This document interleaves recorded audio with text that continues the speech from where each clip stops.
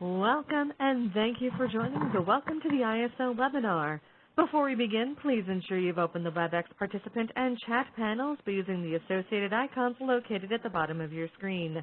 Please note that all audio connections are muted at this time.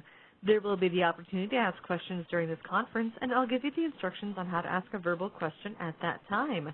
You are, however, welcome to submit written questions throughout the presentation.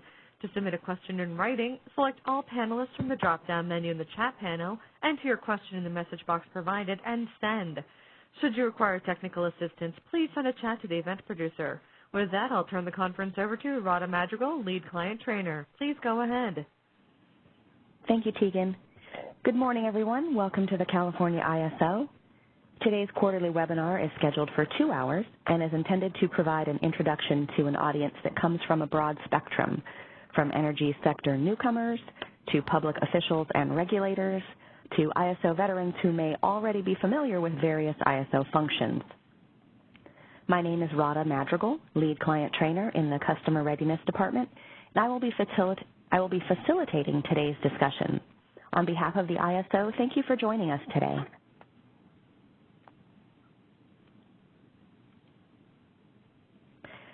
We're going to now take a look at the topics that we'll cover today.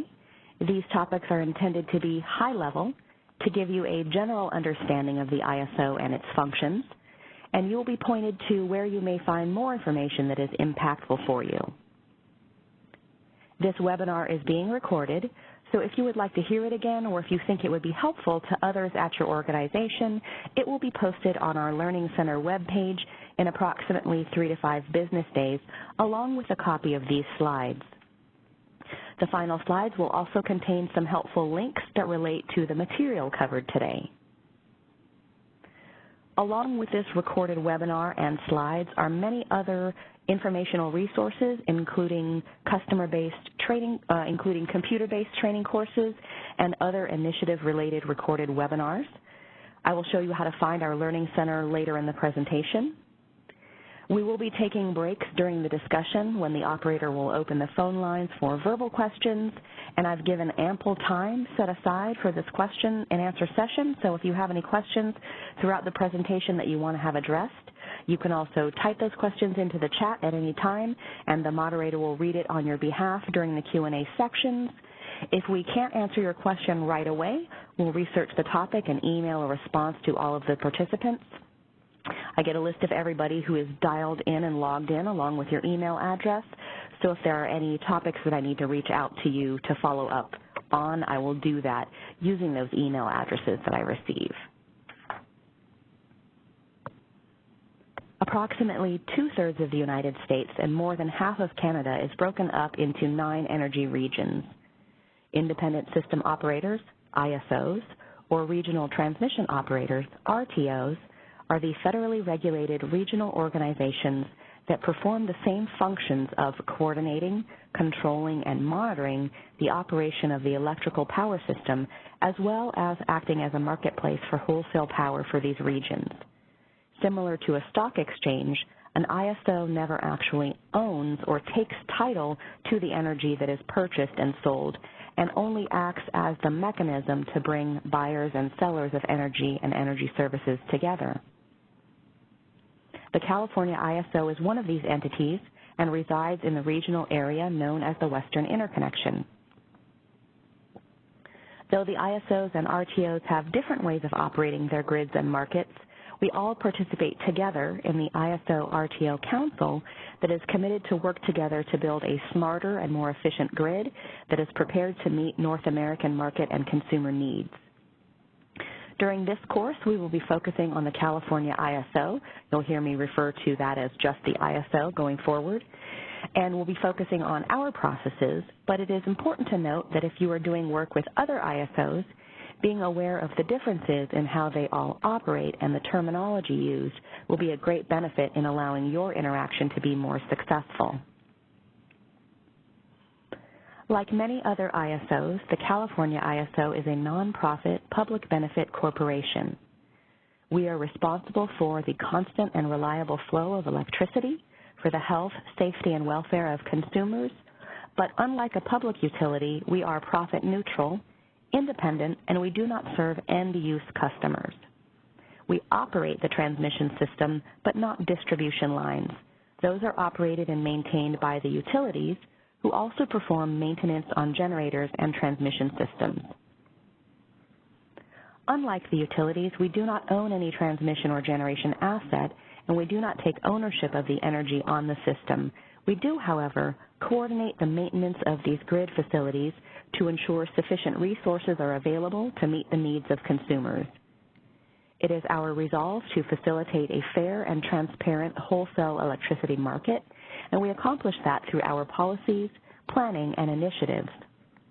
We provide state-of-the-art technology that allows for enhanced situational awareness of the state of the bulk electric grid to help grid operators maintain reliability and keep the lights on. We have a comprehensive transmission planning process to accommodate the need for system expansion, as well as clearing the way for clean, green resources to access the grid. We actively engage with state and federal entities to support policy and regional goals for integration of more distributed and clean power products and improved coordination over larger geographical areas to enhance reliability and lower costs. The ISO is located in the Western Interconnection, which is represented here. In addition to being an ISO, we are also registered as a balancing authority, or BA. While all ISOs are BAs, not all BAs are ISOs. A BAA, or Balancing Authority Area, is a combination or set of intertie points and resources, and the Balancing Authority is responsible for matching generation and load while maintaining the electric frequency of the grid. There are 39 separate BAs in the West, each with the same core functions of preparing the system for next-day operations using resources within their boundaries, as well as taking into account imported energy from neighboring BAs, and matching changing supply with changing demand in real time. The ISO is the largest BA in this region, handling an estimated 36% of the electric load in the Western Interconnection. Utilities, such as investor-owned utilities or public utilities, sit inside of the boundaries of a BAA, and their energy may be shared throughout the entire interconnection, enhancing reliability through greater resource pools, as well as helping achieve renewable generation targets and managing costs. As this energy is shared between BAAs, continual communication and accurate tracking between the BAAs is critical to maintaining situational awareness of grid efficiency.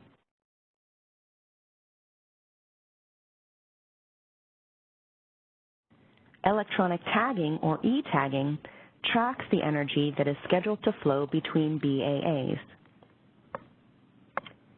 E-tags contain data that allows us to model where energy is being produced and consumed and what transmission lines are being utilized for reliability and settlements purposes.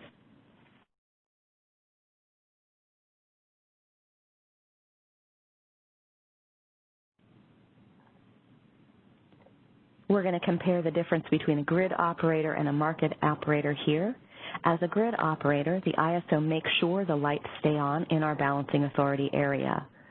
A grid operator maintains reliability by balancing supply and demand, by operating the transmission system within specific limits, ensuring the grid is secure in case of a contingency event, and orchestrating restoration in case of a system outage. Every balancing authority area uses different means to do this. The California ISO supports the reliability efforts by running markets for energy and capacity. Additionally, the ISO also handles coordination among BAs in its role as a reliability coordinator, known as RC West. As a market operator, we support reliability by providing a larger operational footprint. We provide cost minimization in order to balance our supply and demand. We provide non-discriminatory grid access to supply and demand. And our price transparency is reflective of current system conditions. and then we provide compensation to those participating transmission owners for grid services.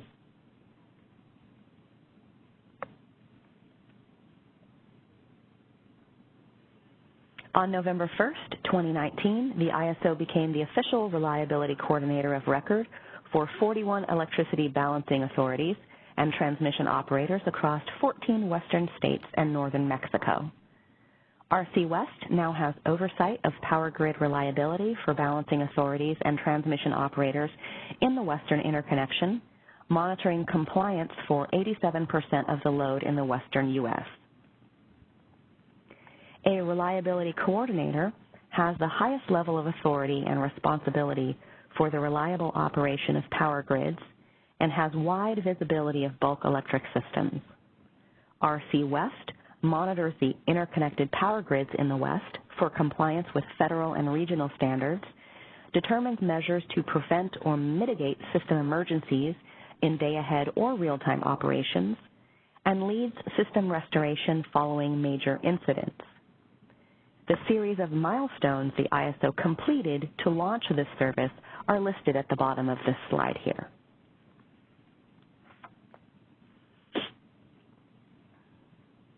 As an ISO and BA, we must adhere to strict oversight from key agencies, which include FERC, NERC, and WEC.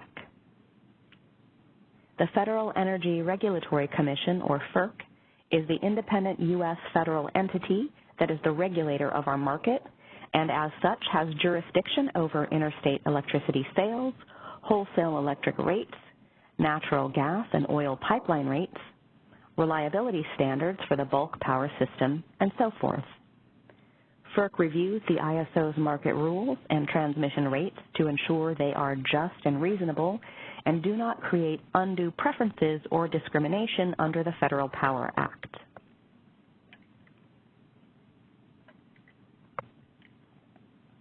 The North American Electric Reliability Corporation, or NERC, is the international regulatory authority whose mission is to assure the reliability and security of the bulk power system in North America. NERC works with all stakeholders to develop and enforce standards for power system operation, physical and cybersecurity, and system operator preparedness, and then enforces compliance with those standards. They also work with the North American Energy Standards Board, or NASB, to develop standards, including e-tagging standards. The Western Electricity Coordinating Council, or WEC, is a nonprofit corporation responsible for coordinating and promoting bulk electric system reliability in the geographic area known as the Western Interconnection, which I showed to you on that previous slide.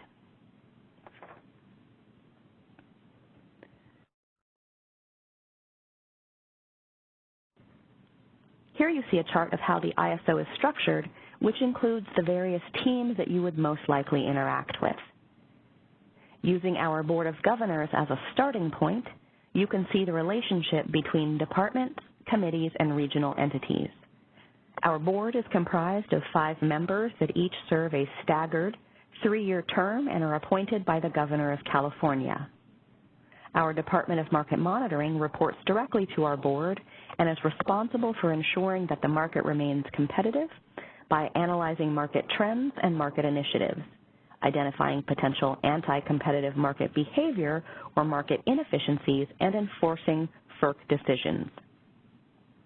In order to provide transparency, the Department of Market Monitoring produces regular reports that are available on our website. Of note, we just published the 2019 report, the annual report on market performance. So you'll want to take a look at that. That's available on our website and was just released. The main task of the Audit Committee is oversight of the ISO's budget and financial operations, while the Market Surveillance Committee provides the board with independent oversight of the markets. The EIM governing body is ancillary to the Board of Governors and exercises delegated authority from the Board of Governors over Western energy imbalance market rules. There is also a body of state regulators that includes representation from 8 states responsible for advising the EIM governing body and ISO board on matters of interest. There is also a Regional Issues Forum that is the public vehicle for stakeholders to discuss EIM-related issues, including impacts to neighboring balancing authority areas. Moving further down the org chart, our president and CEO is Steve Berberick. The Transmission Planning and Infrastructure Development Team works on the development of grid infrastructure. Market Policy and Performance works on market design, looks at market performance and integrating renewables into the market, and interacts with California regulatory agencies. The Technology or IT Division manages the market and system applications, as well as all corporate applications. They also maintain the highest standard of cybersecurity, critical to ensure the safety of the grid and market operating systems, as well as our customers. Our Operations Division maintains reliability, runs the market, and manages the process from bid to settlement. The General Counsel Division is our legal group that works on the ISO tariff and is the group that interacts with FERC, NERC, WEC, and other agencies when it comes to filings, compliance, and regulations.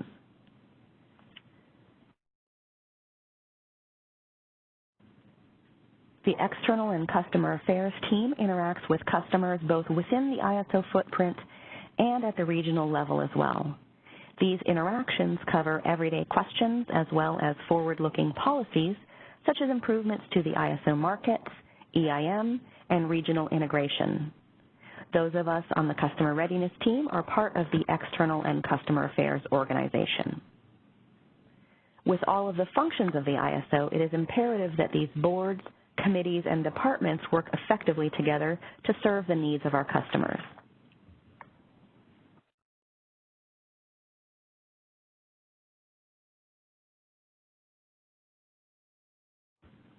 Though we are not a state agency, we work with these agencies to implement state policy, perform studies, facilitate a fair and transparent wholesale electricity market, and drive innovation.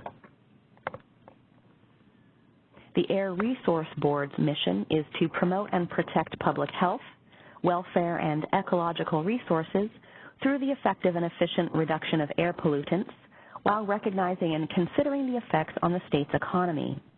One of their main focuses is limiting greenhouse gas emissions through programs that utilize renewable energy credits. Generators can purchase these RECs in order to offset their air emissions and continue to operate their facilities.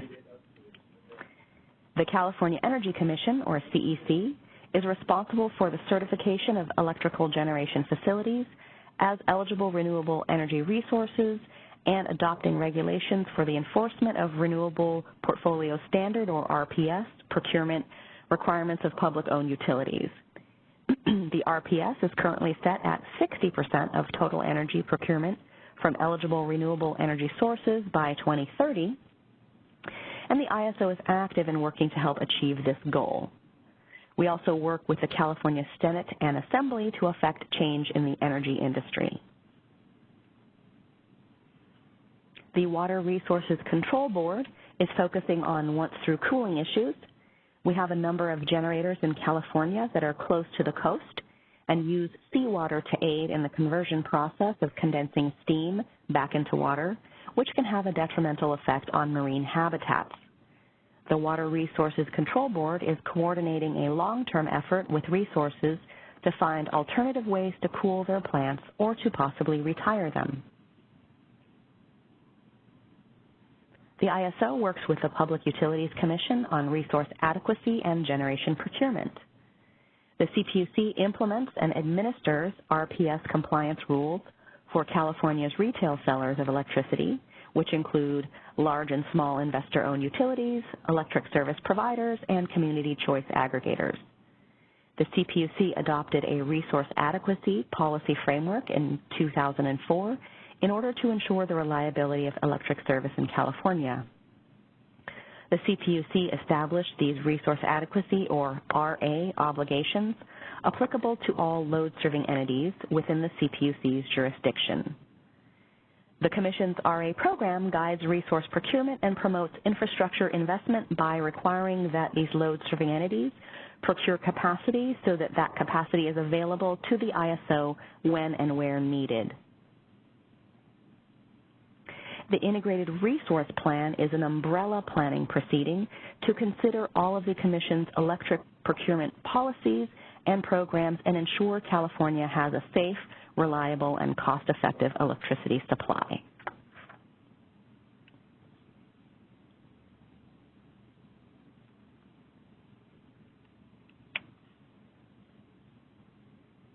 But we don't just work with regulatory agencies, oversight boards, and state agencies. Partnership with our stakeholders is critical to the success of the ISO. Stakeholder input is essential to ISO planning processes and for the success of new initiatives, from policy development to implementation. We encourage you to participate in our stakeholder engagement opportunities. On our website, under the Stay Informed tab, you will find information on our stakeholder processes. This page lists all of the initiatives we're working on at the ISO and provides all of the papers and meeting schedules for those initiatives should you be interested in participating in the discussion. We are committed to providing ample chances for stakeholder input into our market design, implementation, and infrastructure planning activities. The stakeholder process will shape the market design and policies through a series of proposals, meeting and comment periods, including any changes to our tariff.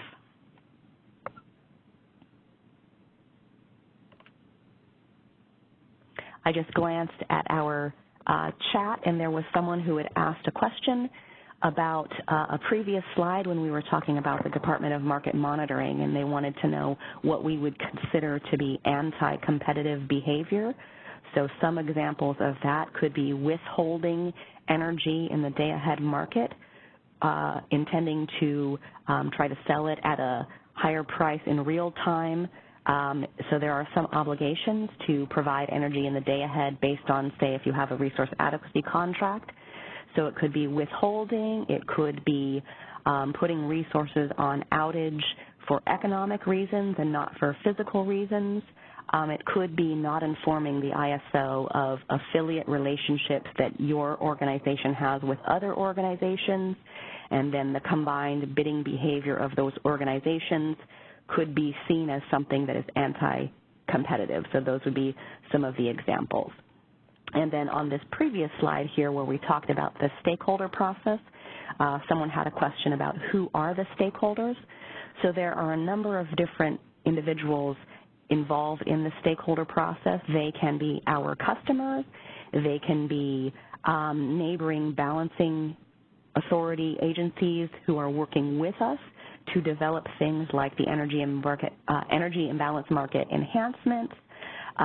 Other stakeholders could be individuals from those state agencies who want to provide comments on the way that we are developing various initiatives. So sort of in a broad sense, anybody who is affected by the policies and plans that we are putting in place, or anybody who has a vested interest in seeing how all of that turns out, or folks that are just genuinely curious as to what is happening and what is going on. Everybody has this public ability to participate in our processes and learn about what we're doing.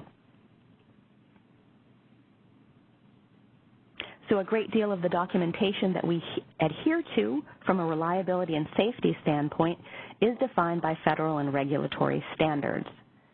Our primary document is our tariff, which outlines the rates, terms, and conditions under which the ISO operates. The tariff is modified in collaboration with our stakeholders through our stakeholder processes.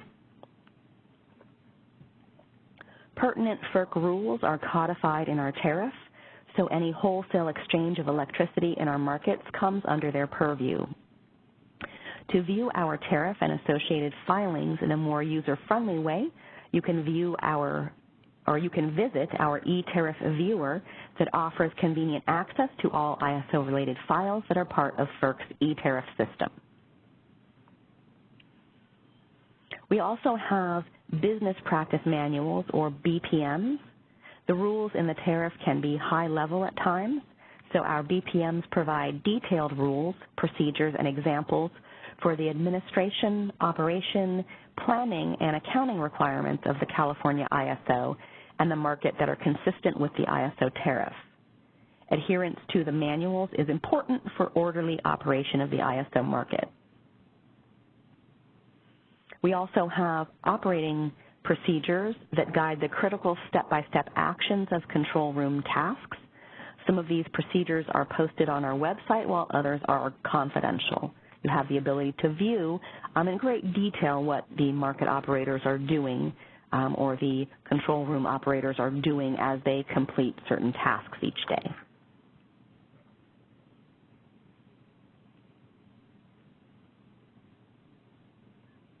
The ISO is registered with NERC as a balancing authority, a transmission operator, a transmission service provider, planning coordinator, market operator, and reliability coordinator. Together, these roles are grouped into three main categories: reliability, infrastructure planning, and market operations. And we're going to take a look at each one of these in a little more depth.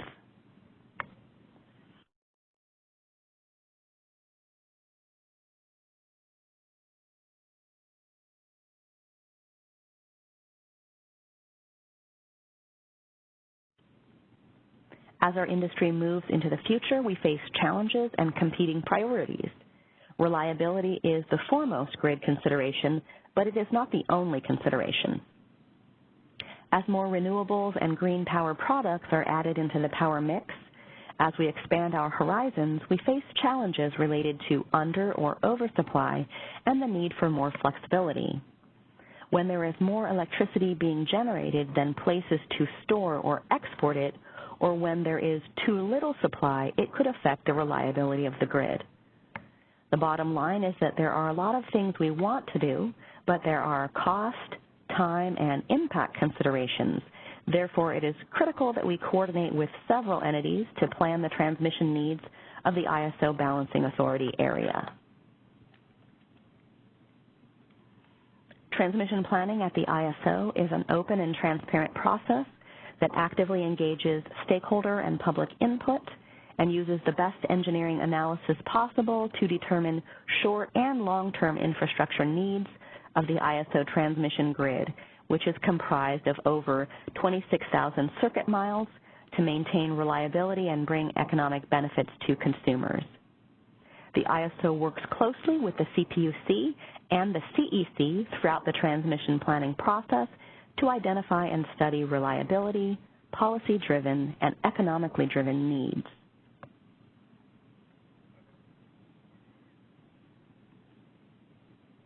Our transmission planning process begins annually and lasts 15 months. This process has two phases for project definition and evaluation, and a possible third for competitive solicitation for selected projects. In Phase 1, we are developing forward-looking assumptions. In Phase 2, we are performing analyses and identifying transmission needs. And then if approved by the ISO board, in Phase 3, we select proposals to build needed transmission projects.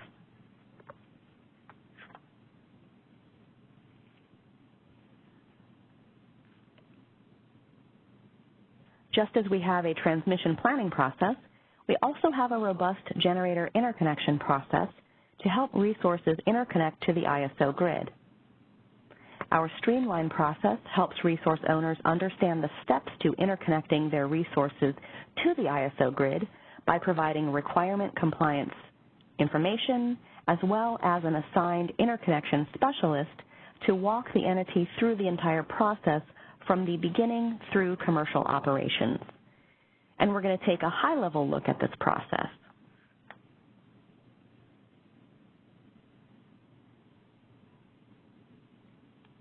At a high level, the generator interconnection process starts when a resource submits a request to interconnect. This kicks off the generator interconnection study to determine reliability impacts to the system and identify any upgrades that need to be made. This study process takes just over 2 years to complete. After the studies and approval to move forward, interconnection agreements are signed, and then the new resource implementation, or NRI, process begins. Once this process is complete, the resource can begin participating in the market. The tariff allows 7 years for a project to reach its commercial operation date after the interconnection request is submitted. An important item to note is how critical it is to pay attention to deadline dates. It is important to keep all projects moving forward as many processes are linked and feed one another.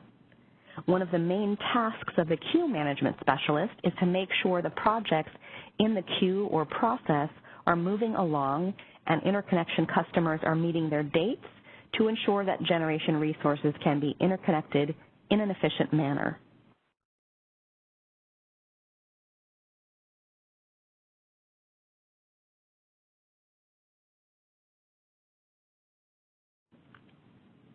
An ISO typically has a competitive energy market, which most BAs do not have. As a registered market operator, we act as a marketplace for wholesale power, or basically a clearinghouse, under the exclusive jurisdiction of the Federal Energy Regulatory Commission. The ISO wholesale energy market is comprised of distinct day-ahead and real-time processes.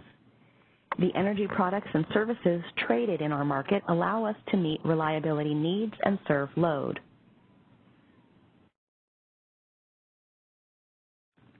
The day-ahead energy market enables parties with bilateral agreements to schedule their contracted supply and demand into the market, offload excess supply in the form of energy or ancillary services, and secure pricing due to changes in load forecasts or for incremental changes in demand. Most demand is met in advance of the market through utility-owned or bilaterally procured resources. The ISO's real-time energy market has the hour-ahead scheduling process, which enables import and export resources to schedule their megawatts hourly, as well as a 15-minute market, or FMM, that allows variable energy resources, such as wind and solar, to submit energy forecasts and economic bids closer to the financially binding interval, which increases bid accuracy. The 5-minute market is intended to meet the instantaneous demand that shows up in real time.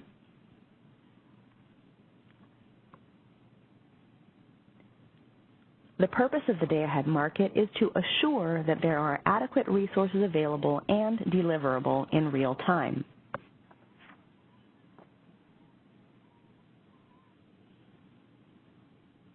Energy is the actual electricity needed to meet the demand of consumers. In general, much of the energy used within California is procured through bilateral contracts outside of the ISO markets, in which supply is purchased under contract to meet demand.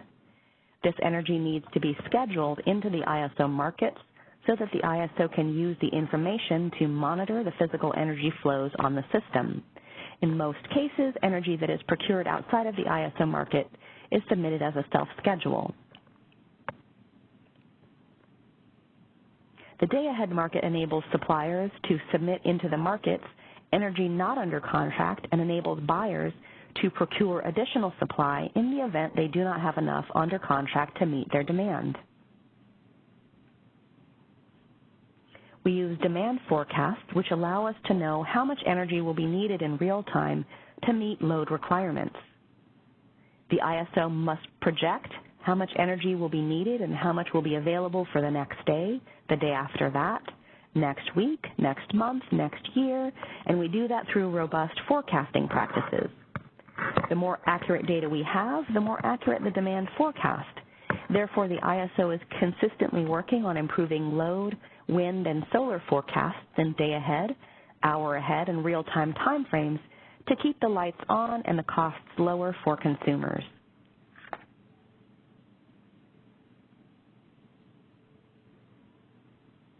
Now let's conduct a brief overview of the market timelines.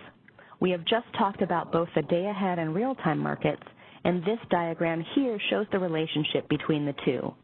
As you can see, they are very similar. The day-ahead market opens 7 days before the trade date and closes at 10 a.m. the day before. The day-ahead market is made up of 3 market processes that run sequentially. First, the ISO runs a market power mitigation test. Bids that fail the test are revised to predetermined limits.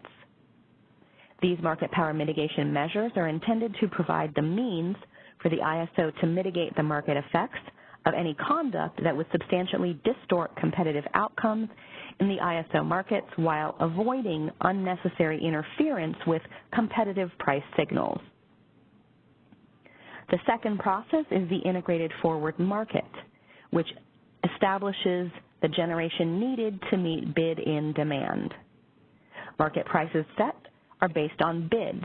And last, the residual unit commitment process secures capacity from additional resources in order to meet the forecasted demand for the next day. These processes are co-optimized to produce a day-ahead schedule at least cost while meeting local reliability needs. The final step of the day-ahead market is to publish the market results at approximately 1300 Pacific time. When the day-ahead market is published, this triggers the opening of the real-time market. Bids are once again submitted along with base schedules from our EIM participants. Market processes run, bids clear the market, and dispatch orders are sent and received. The market is then settled in our post-market processes. And we're going to break that down just a little further for you. This graph here represents 1 hour in the day-ahead market. Scheduling coordinators can submit different bid curves for each hour of the day. All of the economic bid and self-schedules, both supply and demand, are placed on a curve. After we discuss the market processes, I'll take a little detour and talk about different types of bids. On the left, we have the bid prices, and along the bottom of the chart, we have the megawatts. And this is very simplified, but the green supply curve represents the supply bids lined up from the least expensive to the most expensive. The blue line has all of the demand bids showing what demand is willing to pay, and it is lined up from the most expensive to the least expensive. Where these two lines cross represents the amount of supply and demand megawatts that will clear in the day-ahead market.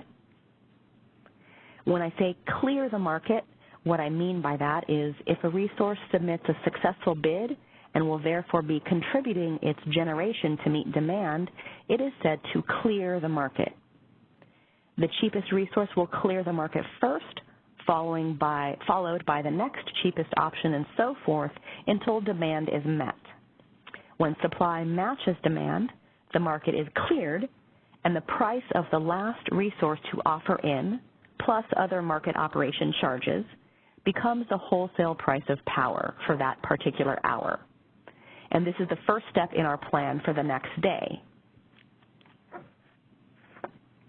Now, energy is needed to meet the demand and keep the lights on, but we also need capacity available to back up the instantaneous energy need.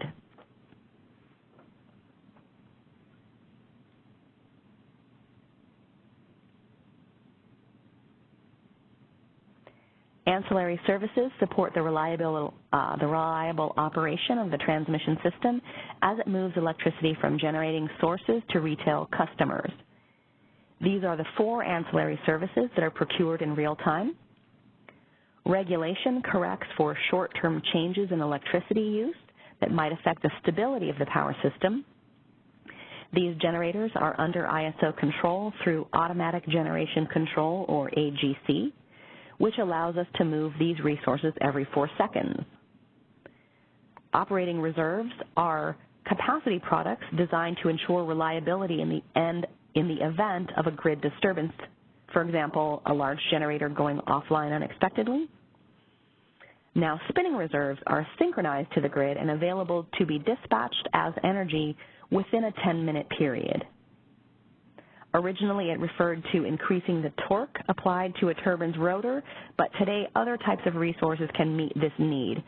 Storage, for example. So think of these spinning reserve and non-spinning reserve terminology as maybe legacy terminology, but they still fall in one of these categories. Non-spinning reserves are not synchronized to the grid, meaning not currently running at the same frequency, but they can be synchronized and be available for dispatch within 10 minutes. For example, let's say a fast start generator. There are regulatory requirements on how much of each of these services that we need. The ISO procures regulating reserves based on our procurement targets set by the ISO to meet WEC standards. Contingency reserves are procured based on targets set by WEC. And we have a residual unit commitment process to meet ISO's system-wide and regional forecasts.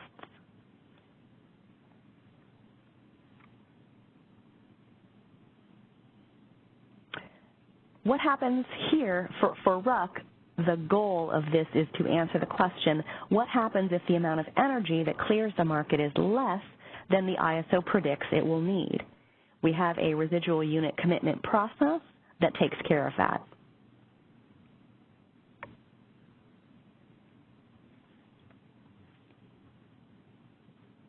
In the integrated forward market, we take the total cleared demand. We compare that to the ISO forecast of actual demand, and then the market analyzes bids for residual unit commitment to cover this gap. In many cases, this need is fulfilled by supply that is already dedicated due to a resource adequacy program that is part of California's mandate. As I mentioned earlier, we talked about the RA program with the CPUC. But other suppliers can also offer to provide this product, the RUC, or residual unit commitment. The residual unit commitment process is a method of ensuring the reliability of the grid. RUC is used to bridge the gap between what cleared for each hour in day ahead compared to what the demand forecast is for that hour. If a resource is awarded for RUC capacity, they will need to submit an energy bid in real time. There may be a payment for the capacity in day ahead, and if we need the energy in real time, there will be an additional payment at that real-time energy price.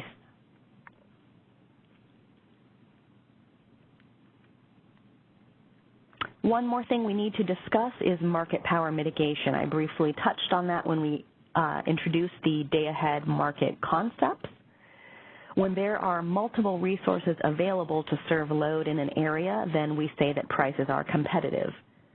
But if there is only one resource available to serve the load, they have the ability to command the price, and this is known as market power. For every hour, the day-ahead market runs a test to see if any resource has the potential for market power. If potential for market power is determined, the resource's bid will be mitigated to a more reasonable price if required. These resource bids that are mitigated are reduced to a cost-based bid.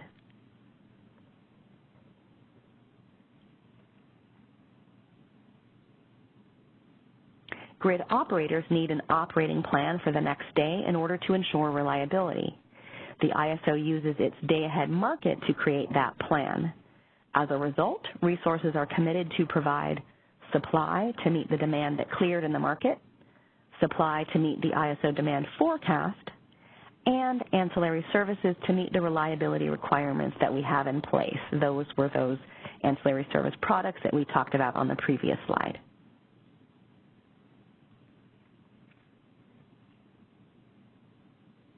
I mentioned to you that after I introduced some of those topics, we'd take a deeper dive and a closer look at how bids are formed, so we're going to do that now.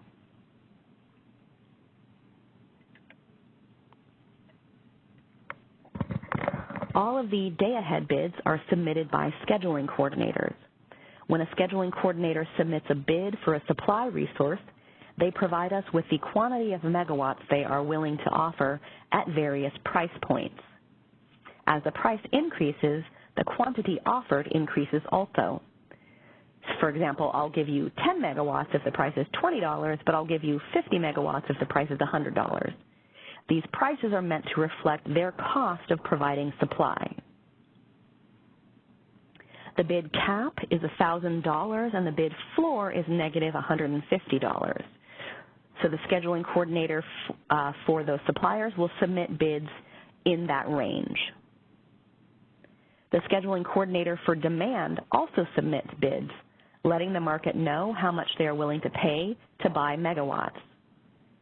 The lower the price, the more they are willing to buy. So we have these economic bids that come in. We call them economic bids because they have a price and a quantity associated with them. We also have something called a self-schedule. These self-schedules are considered to be price takers. These are offers to either supply or buy no matter the price. For example, a supplier could submit a self-schedule for 100 megawatts of energy. This tells the market that they are planning on generating 100 megawatts tomorrow in that particular hour, regardless of the price. Perhaps they have a contract with an LSE to provide those megawatts. On the other side of a coin, a load-serving entity could submit a self-schedule for 100 megawatts of demand in the day-ahead market. This is a signal to the market that they will buy supply no matter what price the market clears. They might do this to ensure that they secure supply to serve their demand in advance of the real-time market because they feel like the price in real time may be higher.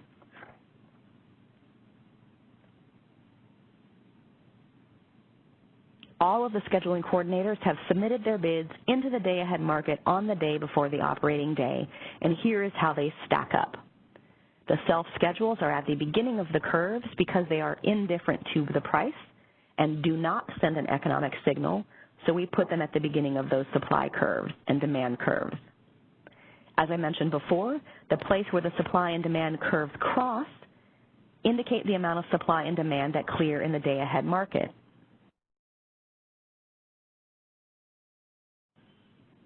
In real time, any additional demand that shows up will be served by the real-time market at the real-time price. So if you look at the demand that is to the right side of the total cleared demand, these quantities will clear in real time. And there's more to the story. What if we have lots of resources that bid at the same price? And we're going to go into that on the next slide here.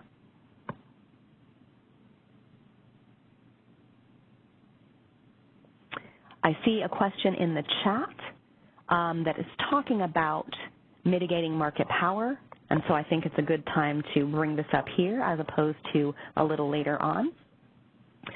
The question in the chat says, my understanding is that virtual bids, which I believe are called convergence bids in the ISO, and yes, you are correct on that, are also something that is used to mitigate market power.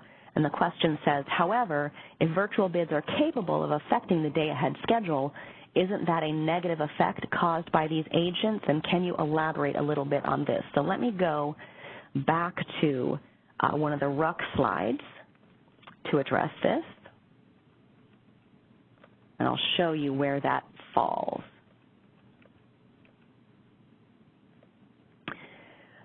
We have something called virtual or convergence bidding in the ISO, which is the ability to participate financially, placing a bid in day ahead and having that bid liquidate in real time. Market participants will take a position in day ahead, and then that bid liquidates in real time. That bidding activity clears in the integrated forward market part of the day-ahead market, which is where we are clearing bid in supply against bid in demand. And then our third process, which is called RUC, we take the total cleared physical demand from the day ahead, compare that to the ISO forecast of actual demand. So at that moment in RUC, we actually remove or strip out the virtual bidding activity from that calculation when we're looking at what cleared. So your question about how do virtual bids have the ability, or do they have the ability to affect the day ahead schedule, it is true that they do. It is possible, depending on the amount of virtual bidding, if there's excessive supply versus demand or excessive virtual demand versus supply, depending on how this line breaks out, what cleared compared to what forecast, it could possibly mean that we need to procure more in RUC, or it could possibly mean that we had procured too much and we need to back some of those resources down. So financial participation in the market through convergence bidding provides a number of benefits by providing liquidity into the market and more bids being submitted. It incentivizes physical resources to actually participate in day ahead so that they can have the ability to possibly set the price as well as all of these other actors. So virtual bids do have the ability to affect how much supply is committed in day ahead, and this gets a little bit deeper than we generally go in an intro session, but when we look at RUC and we allocate the cost for procuring RUC in this third process here, we will or we may allocate some of the cost to procure that RUC back to those virtual participants depending on their portfolio and how much they had obtained or contributed to either over-procurement of supply or under-procurement. So it does have the ability to affect how much energy is procured in day ahead, and therefore they are subject to the cost allocation of this RUC procurement process. So they are not necessarily off the hook from any of the effect that they might cause. They have accountability for that. Hopefully that answers your question for that. And if you have more, you can ask more later in the chat, and I'm going to jump back to where we were. I think it was slide 35.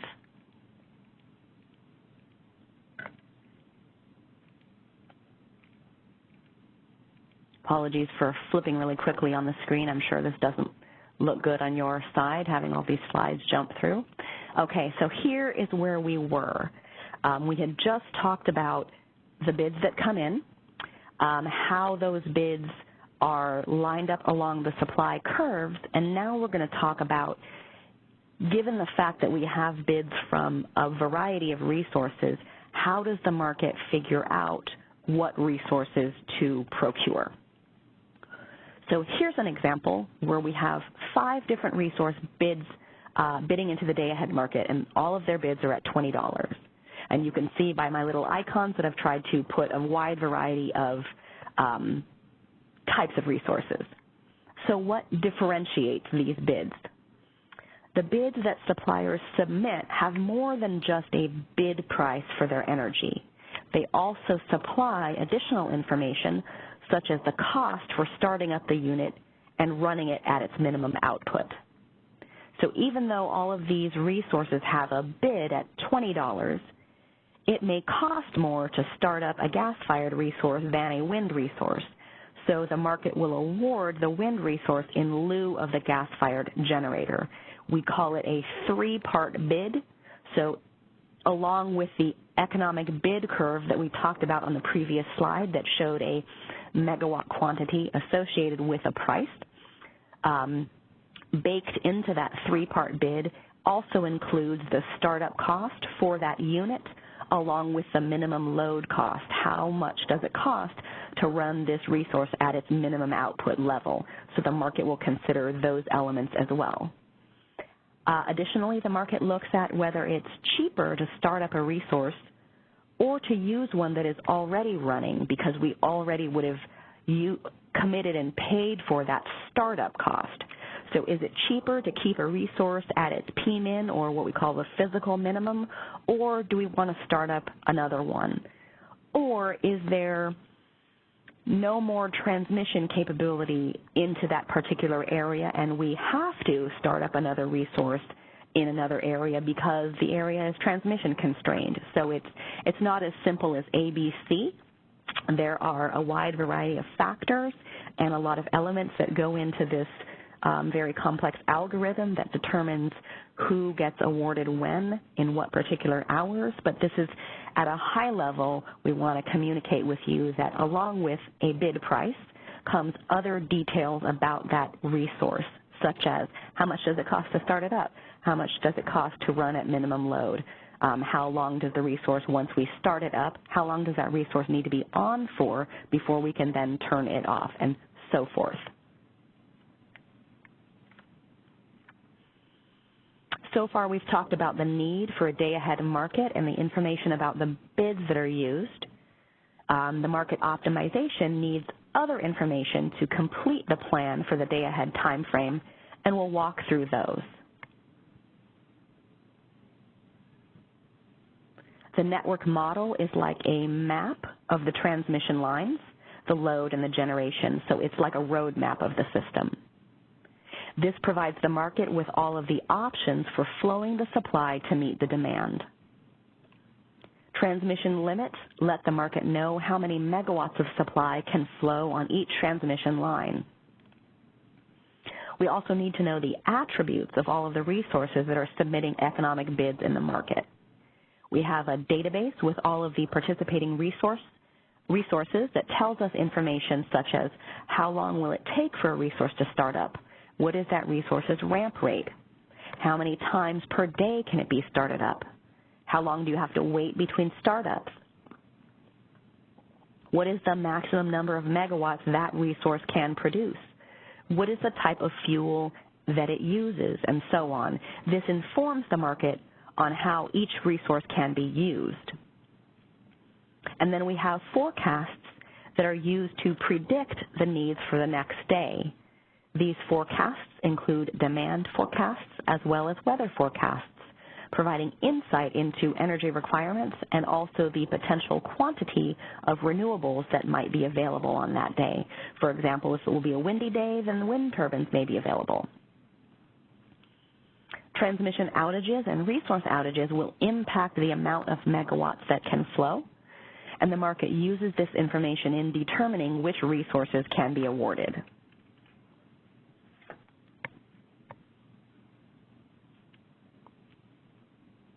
And I have just a couple more slides, and then we're going to take a question break.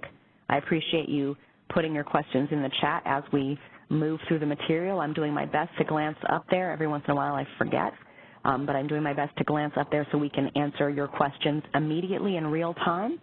But I'm going to give you an opportunity in about 2 or 3 slides to ask any questions you may have noted down. So we spent a lot of time looking at the day-ahead timeline, which was at the front, or the top, I should say, portion of this slide. And now we're going to take a look at the real-time market timelines here. What you can see from this slide is that the real-time market opens when the day-ahead market results are published at about 1300 the day before. So it is 11 o'clock now. So in about 2 hours, I'm expecting that the day-ahead market results for tomorrow will be published, and that triggers the opening of the real-time market. And that real-time market is open from that point up until 75 minutes before each trade hour. So we have bids that are submitted by participants, base schedules and bids submitted by our energy imbalance market participants. And then in real time, we have various processes that determine what resources are going to be selected depending on those resource characteristics and where they are located, whether they are importing energy into California or not, or how they are interconnected, or whether they're an internal generator. So there are 3 main timelines in the real-time market. Bids from all market participants and base schedules from the energy imbalance market are submitted 75 minutes before each trade hour. Or I should say submitted are due. Like I said, you can begin submitting once the day-ahead market results have published and the real-time market opens, but that deadline is 75 minutes before each trade hour. These bids are used in the hourly processes for intertie transactions, the 15-minute market, and the real-time dispatch, which occurs every 5 minutes. The real-time market fine-tunes the flow of electricity to follow fluctuations in supply and demand. As we move into the real-time market, at least 5 hours ahead, we look at our updated forecast and begin committing resources as necessary. From the time the day-ahead market schedules are posted to 75 minutes before the trade hour, those bids can be submitted for the real-time market.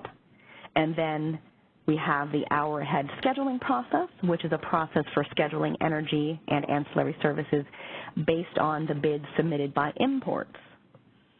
Internal resources will receive advisory schedules for the next hour, and imports or exports will receive financially binding commitments.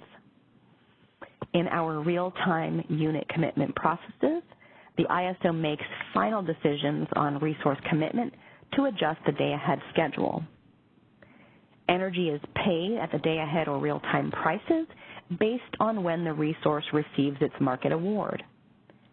Inputs into the real-time market include the day-ahead results, resource parameters, real-time system information, supplemental energy bids, and I say the word supplemental when you hear that, that means in addition to the bids that were submitted in day-ahead, we have these real-time or supplemental energy bids. So if you ever heard the term supplemental energy bids, it just means real-time market. We also have outage information and transmission line information. The market results generate real-time dispatches, ancillary service awards, and instructions to start up or shut down resources. That piece of data, the startups and shutdowns and the procuring additional ancillary services, that is occurring in the 15-minute time frame. In the 5-minute time frame, the 5-minute prices are set and energy is dispatched. And that is a whole lot of information that we just went through, lots and lots of slides. So before I start talking about reliability, let's take a question break here. So Tegan, if we have anybody who wants to get in queue and ask a verbal question, or if there's anybody who wants to type in a new question into the chat, we're going to go ahead and take a question break here. All right, as we move into this Q&A section, feel free to place yourselves in the question queue by dialing #2 on your telephone keypad. You'll hear a notification when your line is unmuted, at which point please state your name, the company you represent, and your question. Again, that's #2 on your telephone keypad. Or you can continue to submit written questions by using the chat function on the right-hand side of your screen. Just remember to select all panelists from the drop-down menu before submitting your question. Looks like we did get another question in the chat. This question says, can you re-elaborate a little bit about the difference of 15-minute and 5-minute RTM? Absolutely. So in the real-time market, we have what we call the 15-minute market, and it has a specific function. In the 15-minute market, we are looking out this hour and the following hour to figure out which resources do we need to start up or shut down based on that demand forecast we're seeing out there in the future. So we're doing startups and shutdowns. We are also transitioning multi-stage generators. We've referred to those as MSGs. And we are procuring additional ancillary services as needed. In the day-ahead market, we have procured fully 100% of the ancillary services that we will need for real time. But as we actually go through those hours in real time, you'll find that some of that ancillary service capacity gets used up or perhaps is no longer available due to a resource being on outage. So, for example, all of that data gets combined, and we look to procure additional ancillary services in the 15-minute market horizon. So in the 15-minute market, we're starting up, we're shutting down, we're transitioning resources, and we are procuring additional ancillary services. That's the 15-minute market. The 5-minute market is a real-time dispatch instruction for those resources that are on and operating now. And that means every 5 minutes, and it actually happens in the middle of a clock interval. So if we were to look at I guess it's called an analog clock. If we look at an analog clock, right, and you see all those 5-minute lines, in the middle of every one of those 5-minute intervals, the market looks out into the future at the demand forecast that we see for those particular 5-minute intervals and looks to see if we need to increase supply. And if so, we will give instructions to those resources that are on and dispatch them to a new output level. That dispatch, based on the forecast that we're seeing, could be the same level they're producing now, it could be a higher level, or it could be a lower level. So every 5 minutes you will receive a new dispatch instruction telling you where your resource needs to be in the next 5 minutes. So that's the difference between the 15 and the 5-minute market.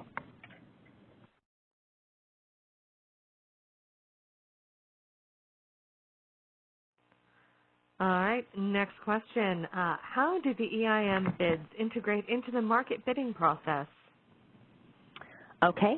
In real time, the bids from the energy imbalance market are all included in the same process. So there is no separation between the energy imbalance market and when I refer to the real-time market. The real-time market includes all of the bids from the energy imbalance market participants, and that means every 5 minutes we are looking at the entire market footprint. That includes the California ISO boundary and the boundary of all of the different EIM participants. So every 5 minutes we're looking at the forecast for that entire wide area to determine what resources need to be dispatched up or down. Similarly, to kind of link your question with the previous question, which asked the difference between the 15-minute and the 5-minute market, what I said about starting up, shutting down, and transitioning multi-stage generators, that applies to the energy imbalance market as well. The nuance there, or the thing that does not apply to EIM right now, is that procurement of additional ancillary services. So the energy imbalance market right now is an energy-only market, which means ancillary services or that excess capacity or reserves, that is something we're doing just for the California ISO market footprint. The energy imbalance market participants are procuring their own ancillary services reserves through other methods outside of the ISO market, through the use of reserve sharing groups and things like that. So EIM bids are strictly energy bids into the ISO market. They're processed at the same time in the same time frame in the 15-minute and the 5-minute market. The only nuance is ancillary services do not include the EIM footprint.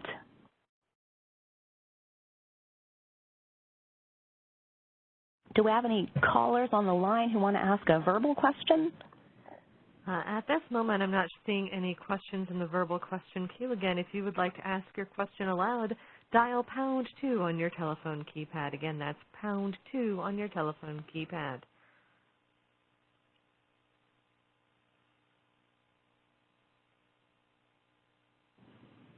All right, I'm not showing any other questions at this time. Okay, we're going to move on through the rest of the material. We have another question break around slide 53, just for you folks to keep track of that. And of course, in the meantime, if you want to ask questions while we're presenting each slide, you can do so as well, and I'll try to read those and respond to those as quickly as possible. We're going to move on from that markets topic, and now we're going to move on to reliability. The ISO is responsible for the constant and reliable flow of electricity for the health, safety, and welfare of consumers. Maintaining reliability is a balancing act that requires a lot of expertise and controlling many moving parts. So what is reliability? In short, it is all about keeping the lights on, and our system operations is at the forefront of this task. Our operators are responsible for maintaining the reliability of the grid by balancing supply and demand using various resource types. Operators are located in 2 control centers, which are continuously connected in real time through instant video conferencing capability. Both control rooms are operated 24/7, and though Folsom is the primary control room, we have a control room in Lincoln that is sharing duties, so the entire operation of the grid can be transferred between control rooms at any time. There are multiple redundancies on all systems, providing one of the highest levels of dependability in computer system operations. As mentioned on the last slide, reliability of the electric grid is a primary focus. Electricity is a unique commodity in that it is produced, delivered, and consumed at nearly the speed of light. And throughout this process, the goal is to maintain grid frequency at 60 hertz in order to keep the system safe and keep the lights on. Electricity is produced by the supply, which consists of generation and imports. Electricity is delivered via transmission and distribution lines and then consumed by the demand, which are loads and exports. Maintaining this balance between these two is similar to driving on a highway and trying to keep your car steady at 60 miles an hour. Like a gas pedal on a car, in order to maintain 60 hertz, you either increase or decrease generation to meet changes in demand. Because of its instantaneous nature, the ISO uses technology that takes a pulse of the system every few seconds, and our highly skilled and trained system operators constantly monitor multiple bits of data to be able to instantly react to fluctuating conditions such as weather changes and sudden supply shortfalls or surpluses. So there's a little box that came in at the bottom of this slide here called reserves, and that's what we're talking about when we say we procure these ancillary services reserves, this capacity, so that we have the ability to tap into it at a moment's notice if we need to adjust to those fluctuations.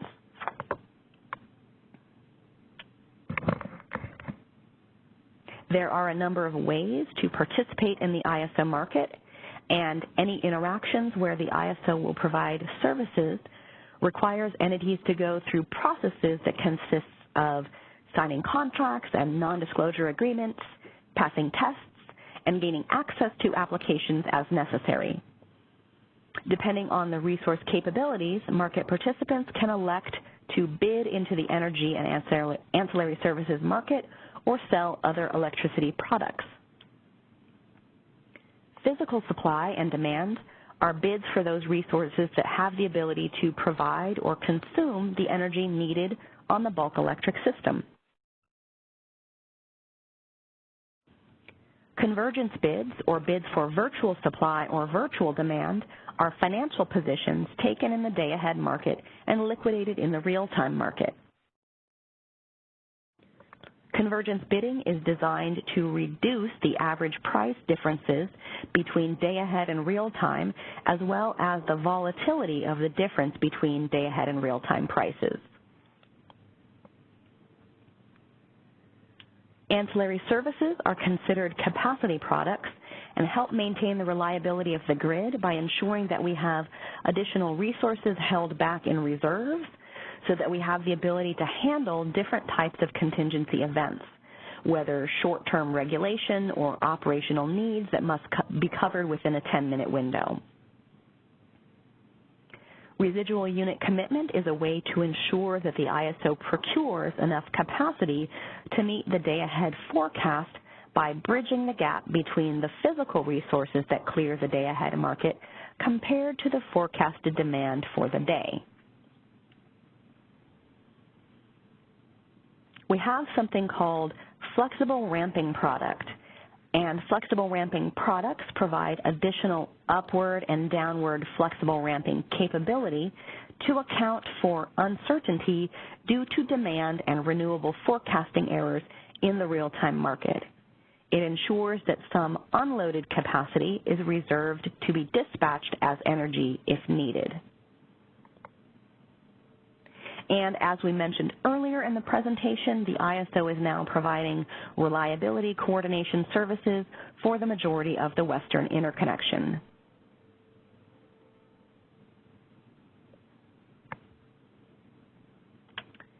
We have some financial products.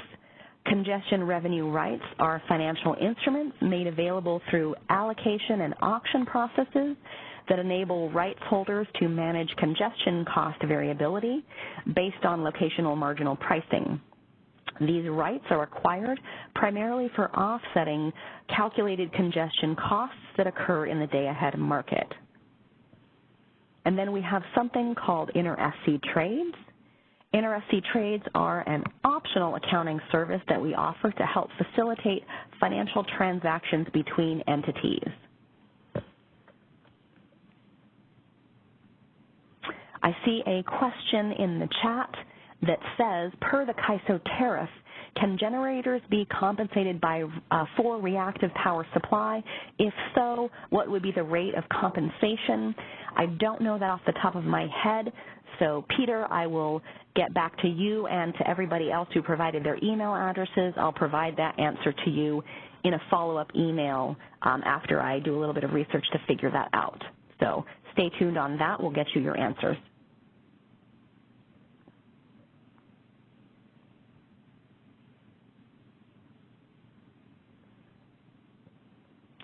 All right, moving on. Participating with the ISO depends on the service to be provided.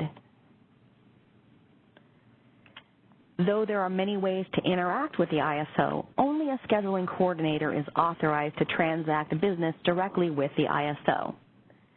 A scheduling coordinator is an entity authorized by the ISO to buy and sell power in the ISO markets. Scheduling coordinators bid and schedule their supply into the market or submit demand bids, and then, based on the awards, energy flows across the transmission system and is distributed to the customer by local utilities. If an entity chooses not to become a scheduling coordinator, it would need to contract the services of a certified scheduling coordinator, we call them scheduling coordinators or SCs, to participate on their behalf.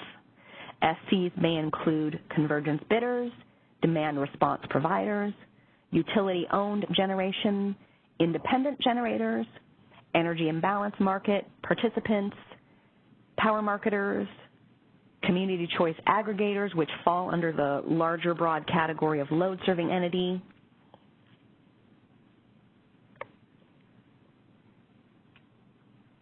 There is a process that entities must complete in order to be qualified as a scheduling coordinator, including mandatory training, financial and testing requirements, as well as ongoing adherence to policies.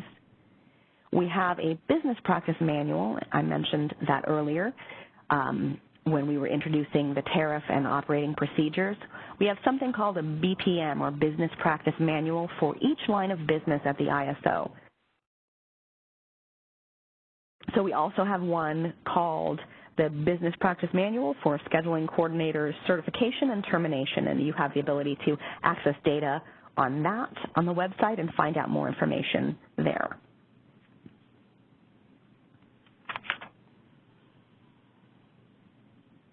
The Energy Imbalance Market, or EIM, is an extension of the ISO's real-time market offered to any balancing authority in the western area of North America. It provides a low-cost, low-risk option that balances load and resources automatically and economically. Full market members, and when I say full market members, we're looking on the left side of the chart showing the California ISO footprint. They seamlessly participate in both the day-ahead and the real-time markets, while the Energy Imbalance Market, or EIM entities, only participate in the real-time market. Participants are able to submit bids which will be utilized by the ISO to optimize energy transfer and generation output between all EIM participants in both 15- and 5-minute increments. EIM's objective is to minimize the total cost of serving energy demand of the entire EIM area while simultaneously respecting the boundaries between balancing authority areas, the responsibilities of the entities that manage them, and the transmission rights that connect them. The ISO operates the only EIM in the West and uses advanced ISO market systems which automatically choose low-cost resources to reliably meet customer demand. We have several participants in the energy imbalance market, with more planned to join in the coming years. And so on the right side of this chart, for those of you that are interested, you can see in the kind of light orange the California ISO footprint, and then in the darker orange color, and also kind of slightly reddish, so now it's kind of becoming a test for colorblindness, you can see who are active participants, and then in green and blue, you can see other folks, other organizations who will be joining the energy imbalance in the coming years, 2021 and 2022.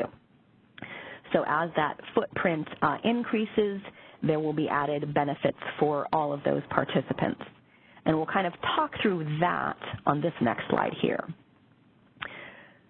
So some key points about the energy imbalance market. If we take a look at the left side, in a non-EIM environment, before we implemented this in 2014 with Pacificor, which was the first entrant, there was a limited pool of balancing resources, the need to carry high level of reserves, possible economic inefficiencies because you're only relying on resources within your borders, and increased costs of integrating renewables into your power mix. With the implementation of the energy imbalance market, we have the ability to share resources across a larger footprint, so there's diversity of balancing resources.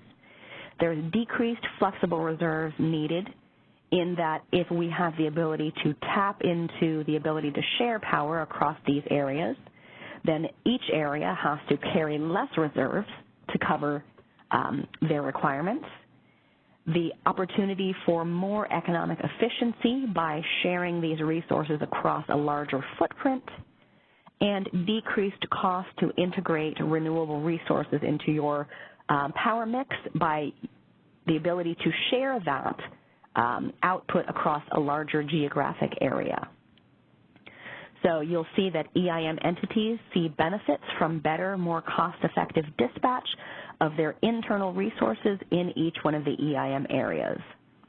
And then for the economic transfer that happens between those areas. So the ISO's real-time market does not just transfer power between EIM entities, but also balances and determines the best way to dispatch those internal resources so that it is most cost-effective for that balancing area. When we talk about the transfers that happen between areas, the area sending power sells their supply in excess, and the area receiving power does not have to dispatch expensive internal resources to meet that load. So you'll find that every time we add an EIM entity, the benefits are realized not just for that entity, but also their compounded effects to everyone else who's already participating. If you take a look at the quarterly benefits reports that we post out on westerneim.com, you'll see from the trends that the benefits in EIM grow in a non-linear fashion. So that was just a little bit of a highlight about EIM. Important thing to note is that entities are still responsible for running their own BAAs. So we talked about the fact that EIM is energy only and does not include the ancillary services or that additional capacity reserves. So there are still responsibilities and activities and still active control rooms in each of the balancing areas that are performing normal daily tasks. But what they're getting from joining EIM is this ability to tap into that wider footprint of resources in order to share that ability across a wider footprint. I see a question in the chat. I'm going to look at it real fast. How are the transmission charges applied for EIM generators if they supply, say, from Pacificor to Arizona or Southern California Edison? Is there pancaking? So one of the elements of joining the energy imbalance market is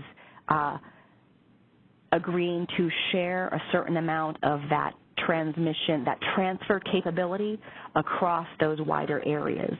So the way that the EIM optimization works is that there are going to be normal scheduled interchange transactions across BAs, normal imports and exports across all of these areas. There is a certain amount of transfer capability in megawatts that flows from one area to the next. After we calculate, we have the E-tags that will show us all of the schedules.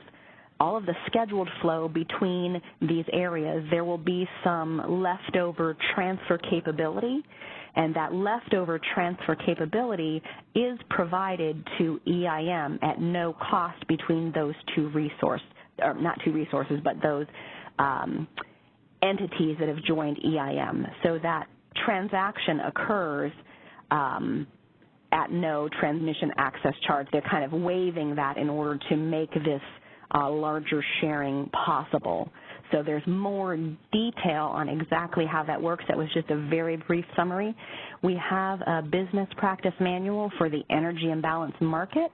I would suggest that you look at the BPM for the energy imbalance market because it will get into that transmission transfer capability. It will talk a little bit, or not a little bit, it will talk a lot more detail about that. So I would refer you to that business practice manual for the energy imbalance market that will give you some broader explanation of how that transmission works.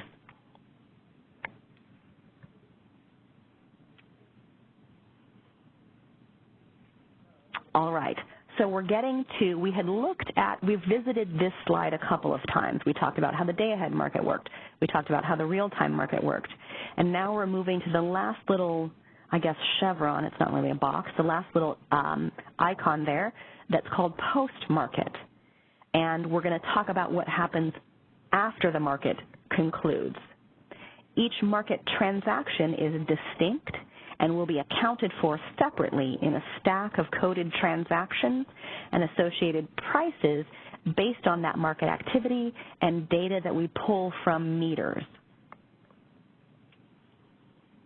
The image on this slide provides a high-level depiction of the activity that occurs in the day-ahead and the real-time markets.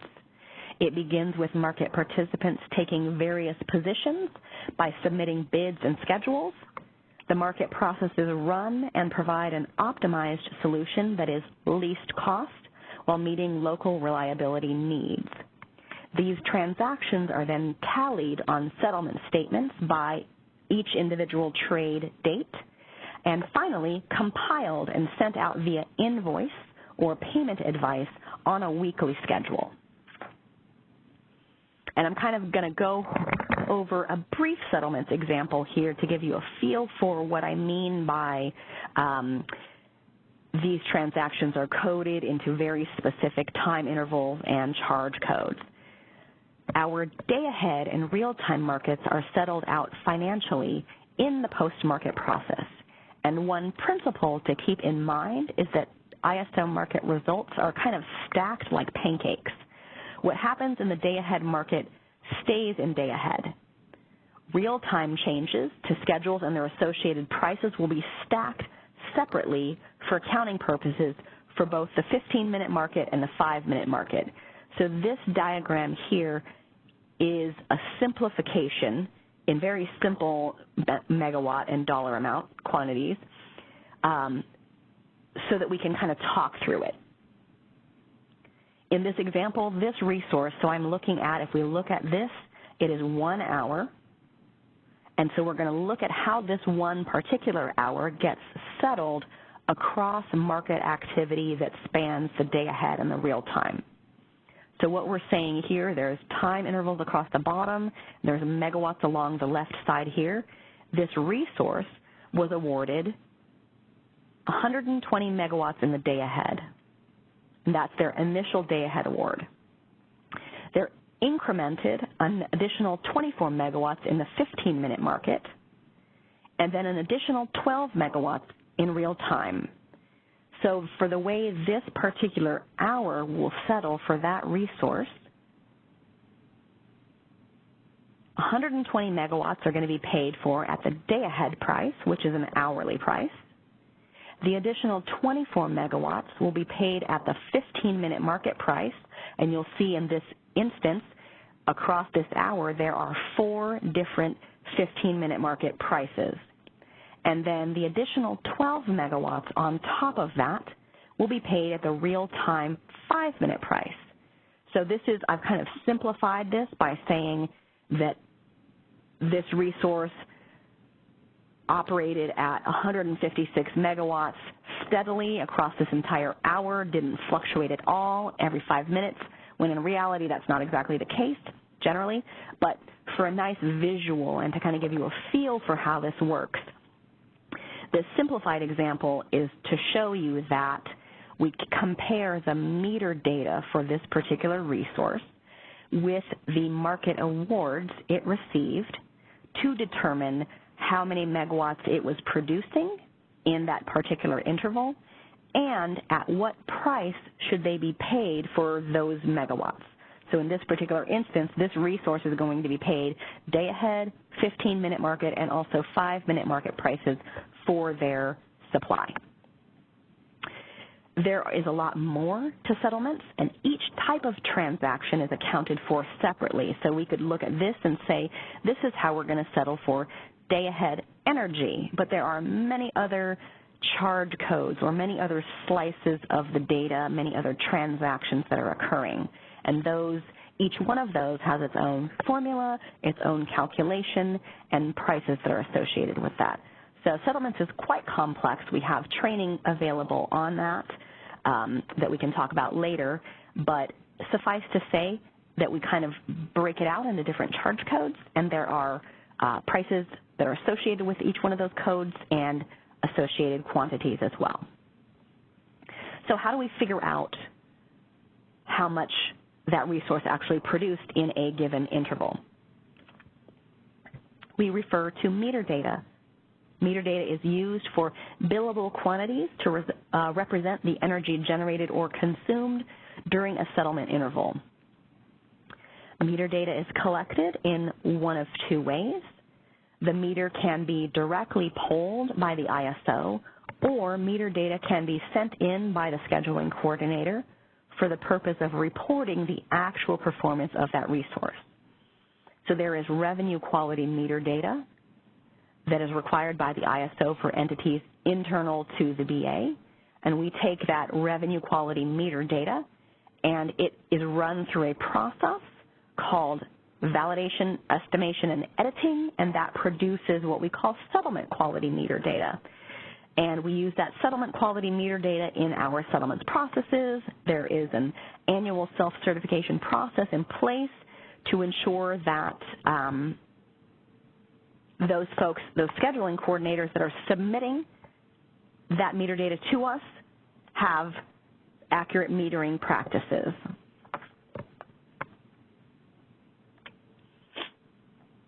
The settlement cycle processes market activity, and it produces payments to suppliers and charges to consumers on the demand side. And when I say consumers, I'm talking about from the wholesale perspective, so we're talking about these load-serving entities.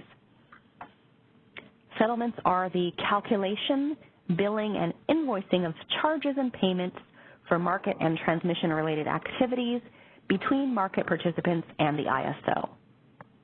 The settlement cycle follows a specific timeline and processes for publication of statements, invoices, and payment advices, dispute submittals, and payments. Day-ahead results and real-time results, along with the meter data, flow through the settlements process and output a settlement statement for each trade date. Formulas are associated with each charge code to determine how those transactions will be settled. And then these calculations are broken down on the daily settlement statements and then collated into weekly invoices, which identify charges to be remitted and payment advices that show what will be paid out. Each entity will receive a series of settlement statements by trade date. Initial settlement statements are only an estimate of the final results, and marginal adjustments may need to be made several months after the trade date. Invoices or payment advices for market transactions are published weekly on Wednesdays and include market transactions from trading days Monday through Sunday of the previous week. Invoices are due for payment by 10 a.m. on the following Tuesday, and then payment advices are then dispersed as applicable at 2 p.m. that same Tuesday afternoon. As the ISO is a not-for-profit organization, all the money that comes into the market gets dispersed back out into the market, with the exception of our grid management charges, or GMC, that cover specified operating costs.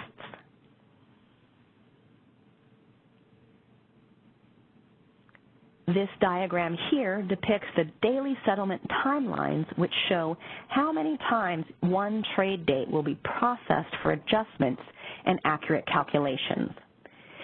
This slide shows the timeline as it is today. I do want to point out that we have a current market settlement timeline initiative that will be making changes to these dates.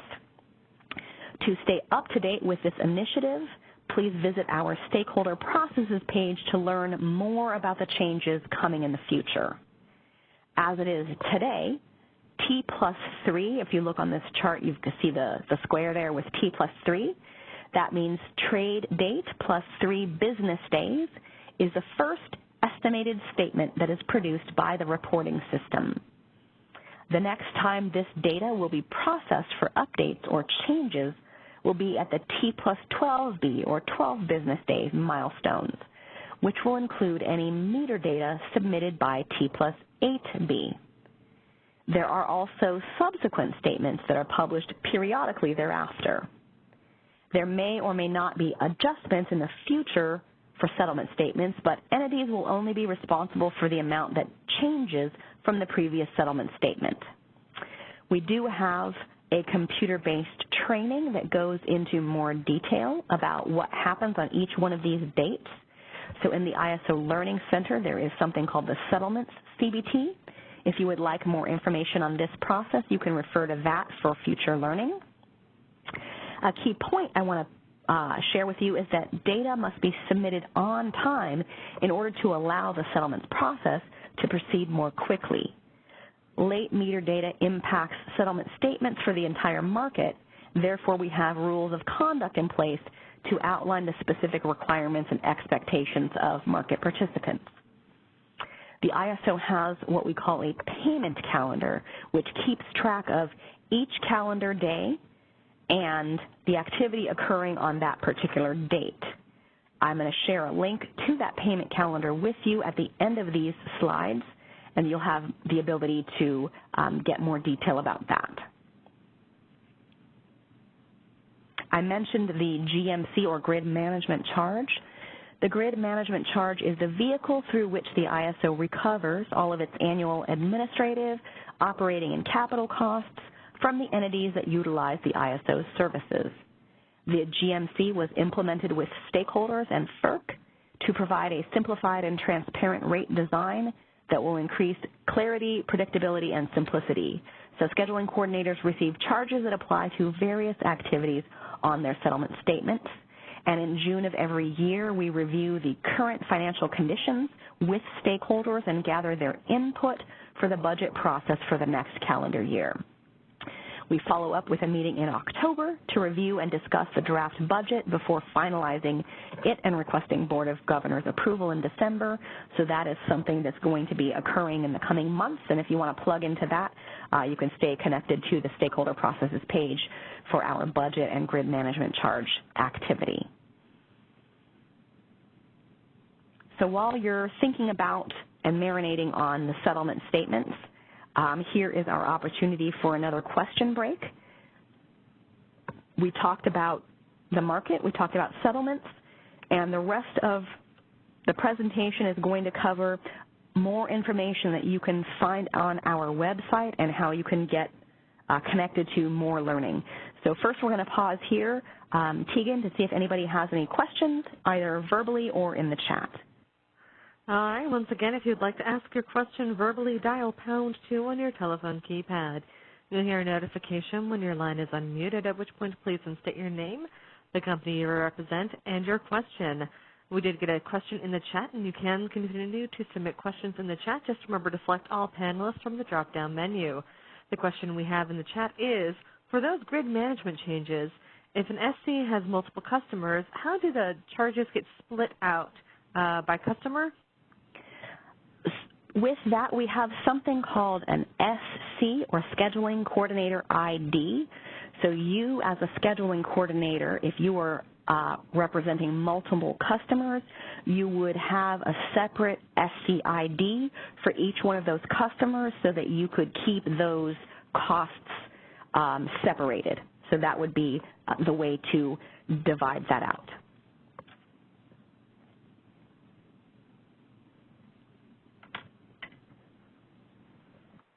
All right, I'm not showing any other questions at this time. Again, if you'd like to ask a question verbally, dial #2 or submit it in the chat. Just remember to select all panelists before sending in your question.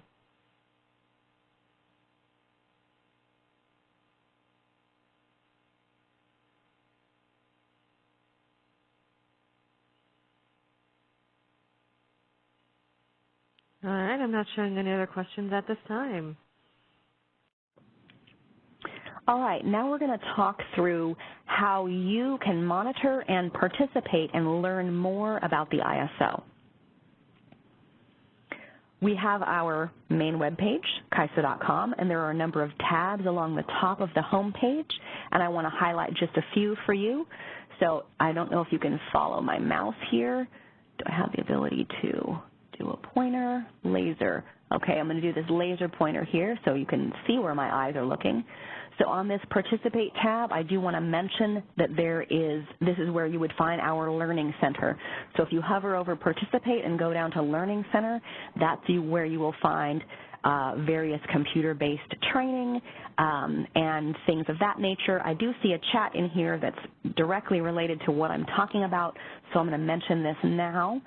It says in your Learning Center page, there are various training materials related to market and operations. Are there any web courses related to transmission planning and or generator interconnection processes? Now, we don't have a computer-based training module that goes through that, but in the slides that I'm going to post on the website in a couple of days, along with a recording of this webinar, you will see a link to in my follow-up email, so that you don't have to wait for a couple of days until we get the recording and post it, I will send a copy of or I will send a link to what I'm going to talk about. Every year we have something called a Resource Interconnection Fair, and so that Resource Interconnection Fair provides information about the generator interconnection process, and I think I even have maybe, I do so many slides that I can't always remember what I'm going to talk about until I see them, but I think I maybe have, oh yeah, I do have a mention in a couple slides from here, slide 67, I talk more about the Resource Interconnection Fair, so you'll see a link to that. That has presentations and a recording of that session posted about all of the generator interconnection processes. So we don't have a CBT in our Learning Center, but in a couple of slides we'll talk more about it, and you'll get links to more data on that.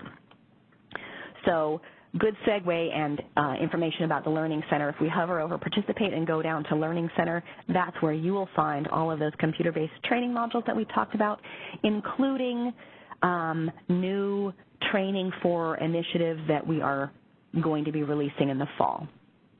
If we hover over the Stay Informed tab, you go to,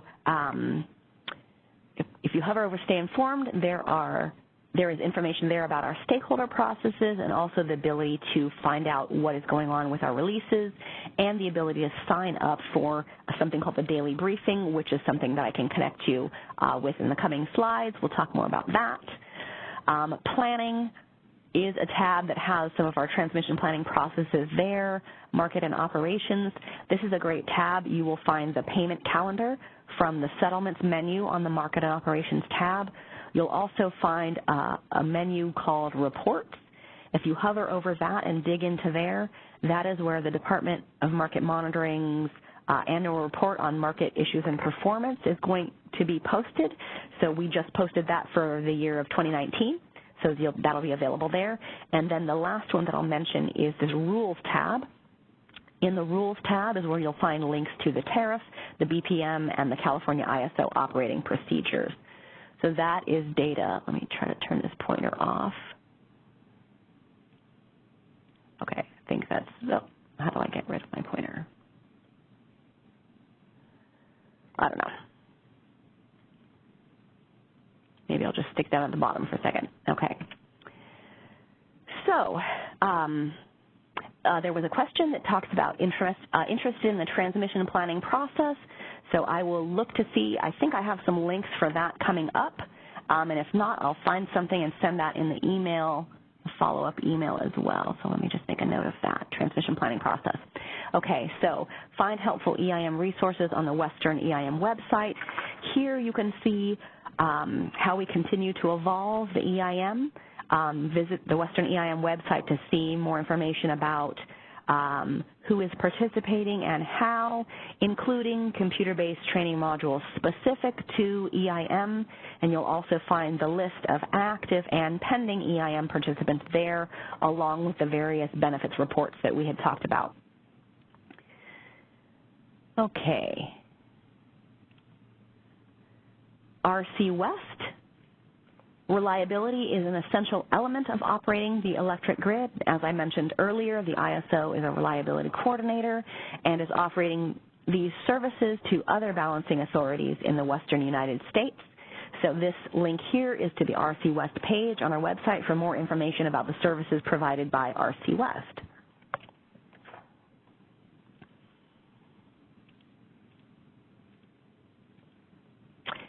All right, after the presentation, I want to share with you, so when we have this presentation posted to the website, these two links are to YouTube videos from a couple of years ago about markets and real-time markets and grid operations, and so I would suggest that you take a look at these.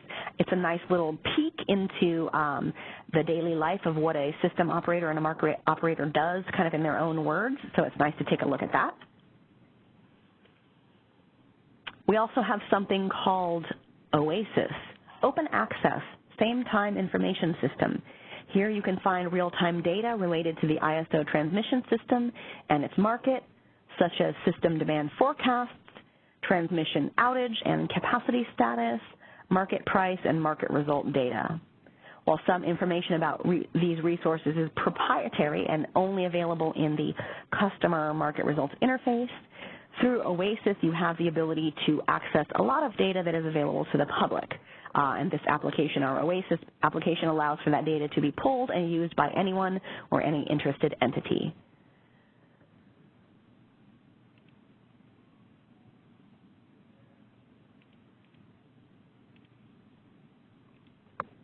All right, I'm going to give up trying to get rid of my pointer. It's only driving me crazy, but that's okay. Today's Outlook. This is this website, or this page, which is visible on the first page of KYSA.com. On our homepage, you can click into today's Outlook. It's our most visited public web page. We get about 200,000 visitors a year, and this area allows viewers to quickly see changing patterns of supply and demand, forecasted and actual peaks, energy supplies by resource type, real-time energy prices, and renewable energy production. The updated net load graph depicts daily system ramps, reflecting changes occurring on the power supply system as renewables become the dominant supply resource. The page is available here by clicking on today's Outlook on the ISO website. You can also find this up-to-date information about what is happening on the grid and at the ISO on our ISO Today app, available through Google Play or Apple Store, depending on your phone type. We also have business practice manuals, which I've referred to a couple of times already. These business practice manuals are associated with specific lines of business at the ISO, and we provide additional detail on how the rules are applied. These BPMs provide detailed rules, procedures, and examples for the administration, operation, planning, and accounting requirements of the ISO and the market that are consistent with the ISO tariff. Adherence to the manuals adherence is important for orderly operation of the ISO market. Our systematic and publicly transparent change management process ensures that considerations of all relevant information when modifying the manuals. The change management process uses a system available through the ISO public website that provides a way for you, the stakeholder, to propose BPM changes, to comment on open change requests, and to track proposed change requests. Talking a little too fast. The change management process begins when the ISO or a stakeholder submits a web-based proposed revision request, or PRR. After an ISO review, these PRRs are posted to the website, which triggers a stakeholder review and comment period. ISO recommendations are discussed in monthly meetings with stakeholders prior to any changes being made in those manuals. Here's the slide about the daily briefing that I mentioned that you can access. There's a lot happening in the ISO, and so we use something called a daily briefing to provide you with up-to-date information. It is a once-a-day summary email of all of our announcements.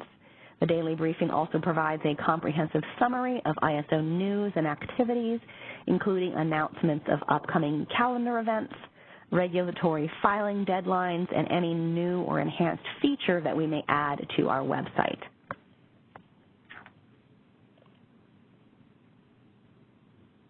With California at the vanguard of the transition to renewable energy, all the world's eyes are on the ISO's innovation, technology, and strategies for greening the grid. Public affairs and media relations are at the heart of the ISO's mission to inform, educate, and promote the clean, reliable electric system and efficient market of the future. On this page, you will see our media hotline number and email addresses to reach out to our media relations teams if you have any inquiries that you would like to submit. Another thing that I wanted to share is that in order to enhance our service to our customers and simplify doing business with the ISO, we provide a comprehensive website for IT developers that consolidates the technical documentation that developers need for the ISO's application programming interfaces, allowing developers to find connectivity instructions, interface definition files, sample code, URLs, frequently asked questions, and get started guides, along with a glossary of acronyms and technical terminology common in specification documents. So if you are hearing about this and you want to share this with your IT folks or consultants, this is the location that they would find valuable. And you need to sign up in order to be able to use that feature and that site. Now to the Learning Center, which here's a screenshot of what we were talking about earlier. The ISO is committed to providing our customers with a broad menu of high-quality training courses on the ISO market functionality, as well as individual market applications. These courses are organized into areas of focus, or tracks, that are designed to be an industry resource for market participants and the general public to learn about electric grids and markets and the ISO's role in the electricity system. So this webinar here that we are on right now is a free webinar that we do every quarter, and it goes for 2 hours. We also have, if you click on the Market and Generations tab, we have an ISO Markets and Settlements workshop, which is a 3-day paid workshop, which will be held virtually online in August of this year, at the end of August. And so you have the ability to sign up for that if you would like to learn more about that.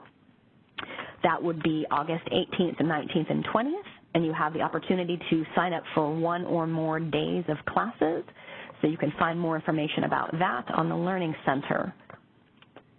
You can look at the training calendar to sign up for training courses and see what those are. We have a variety of free webinars as well.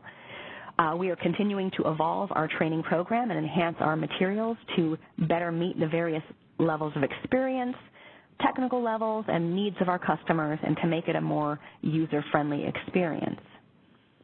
To that end, we are also creating more computer-based trainings and learning bursts to break down some of these complicated subjects into bite-sized, manageable pieces. So please keep an eye on this page to find updated content and learning opportunities. These next couple pages are the links that I was referring to. So all throughout the presentation, we had a number of things that we talked about. here is where you can go to find out more information on the areas of interest to you. So that will be across these next few slides. And when posted, all of these will be clickable links. And then with the transmission planning process, there was someone interested in the transmission planning process, and we were talking about that in the chat.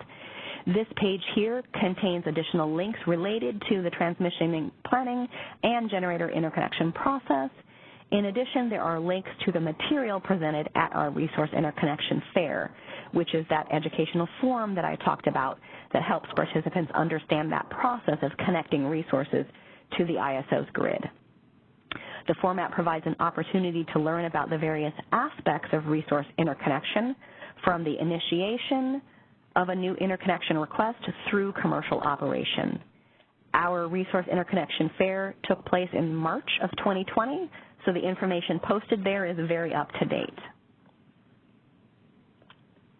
And then finally, we've reached the end of the presentation, and I wanted to take a pause here for a question break before I finish up with closing remarks. So Tegan, if we could give folks an opportunity to ask any final questions?